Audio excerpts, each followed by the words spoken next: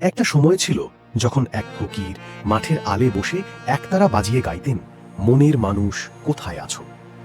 আজ সেই একই সুর বাজছে, তবে এবার স্টুডিওর ঝকঝকে আলোয়, ইলেকট্রিক গিটার আর কিবোর্ডের সাথে।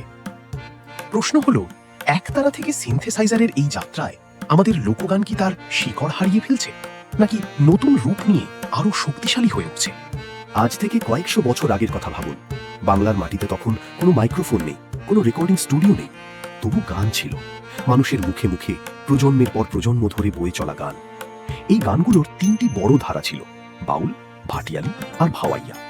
বাউল জন্মেছে মূলত কুষ্টিয়া, বীরভূম অঞ্চলে। এটা শুধু গান না, এটা একটা দর্শন, দেহের ভেতরে যে অসীমকে খোঁজা, সেই যাত্রার গান। ভাটিয়ালি হলো নদীমাতৃক বাংলার গান। ময়মনসিংহ, সিলেটের মাঝিরা নৌকা বাইতে বাইতে গাইতেন বিরহের গান, একাকিত্বের গান।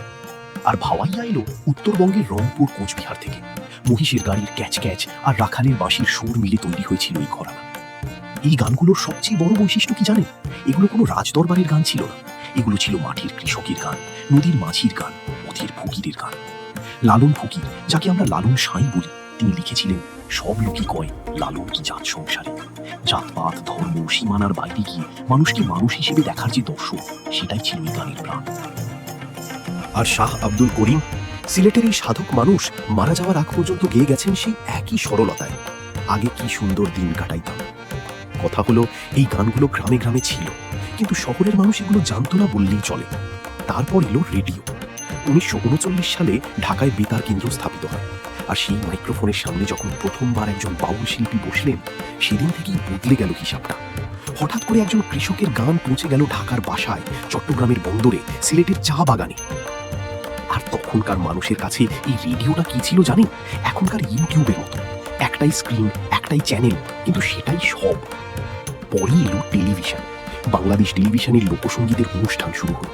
দর্শক প্রথমবার দেখলেন এই গানের সাথে কেমন থাকে শিল্পীর মুখের ভাব, হাতের ভঙ্গি, একতারার তার।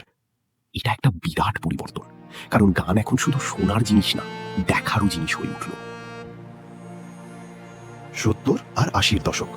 বাংলাদেশে তখন ব্যান্ড মিউজিকের ঢেউ। তরুণেরা হাতে তুলে নিলেন ইলেকট্রিক গিটার। কিন্তু মজার ঘটনা হলো, এই তরুণ মিউজিশিয়ানরাই প্রথম বুঝলেন যে পশ্চিমের রক বা পপের সাথে যদি দেশের মাটির সুর মেলানো যায়, তাহলে যা তৈরি হবে সেটা হবে সম্পূর্ণ নতুন কিছু। মাইলস, ফিডব্যাক, রেনেসা, এই ব্যান্ডগুলো তখন এক অদ্ভুত কাজ করছিল। তারা গিটারের কর্ডের মাঝে ঢুকিয়ে দিচ্ছিলেন দোতরার আঙুলের টান, খমকের ছন্দ। শুনতে অদ্ভুত লাগছে? একটু ভাবুন, এটা কিন্তু আসলে স্বাভাবিকই ছিল, কারণ এই মিউজিশিয়ানরা বড় হয়েছেন সেই মাটিতেই, যেখানে নানা দাদুর মুখে লোকগান শুনেছেন। যন্ত্র বদলেছে, কিন্তু কানের গভীরে গেঁথে যাওয়া সুরটা বদলায়নি।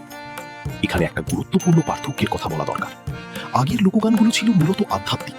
সেখানে প্রশ্ন ছিল, আমি কে, ঈশ্বর কোথায়, মৃত্যুর পরে কি।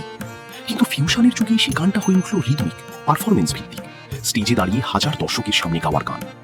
দুটো আলাদা উদ্দেশ্য, কিন্তু উৎস একটাই। এখন 2026 সাল। ইউটিউব খুললেই পাবেন বাউলের সুরে ট্র্যাপ বিট, ভাটিয়ালির কথায় জ্যাজের হারমোনি। কোক স্টুডিও বাংলা এই কাজটা করেছে একটা বিশেষ দক্ষতায়। তারা দেখিয়েছে লোকগানকে মিউজিয়ামে না রেখে সেটাকে জীবন্ত রাখা যায়। আপনারা যারা এই চ্যানেল ফলো করেন, তারা দেখেছেন শিলাজিৎ যখন মঞ্চে উঠে লোকগানের একটা লাইন ধরেন, তখন সেটা শুধু গান থাকে না, সেটা হয়ে ওঠে একটা অভিজ্ঞতা। আর একটা মজার তথ্য দিই, বাংলাদেশের লোকসঙ্গীত সংরক্ষণের কাজ কিন্তু অনেক আগেই শুরু হয়েছিল। গবেষকরা গ্রামে গ্রামে গিয়ে ক্যাসেট রেকর্ডার নিয়ে রেকর্ড করেছেন হাজারো অজানা শিল্পীর গান।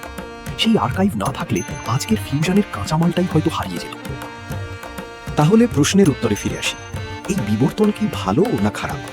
আমার মনে হয় এটা না ভালো না খারাপ, এটা স্বাভাবিক। একটা নদী যেমন পাহাড় থেকে নামতে নামতে রূপ বদলায়, কোথাও খরস্রোতা, কোথাও শান্ত, কোথাও বন্যায় দুকুল ঝাঁপিয়ে যায়, তবুও তার জলের উৎস একটাই। বাংলার লোকগানও তেমন। একতারার তার থেকে সিনথেসাইজারের কিবোর্ড পর্যন্ত সুরটা বদলেছে, মাধ্যমটা বদলেছে, কিন্তু যে মাটির টান, সেই টান একই আছে। আপনাদের কাছে একটা প্রশ্ন রেখে যাই, আপনি কি মনে করেন আধুনিক ফিউশন মিউজিক লোকগানের আসল রূহকে বাঁচিয়ে রাখছে, নাকি ধীরে ধীরে বদলে দিচ্ছে? কমেন্টে জানান। আর যদি মনে করেন এই গল্পটা আরো বেশি মানুষের জানা দরকার, ভিডিওটা শেয়ার করুন, কারণ আমাদের গানের গল্প বলার দায়িত্বটা আমাদেরই।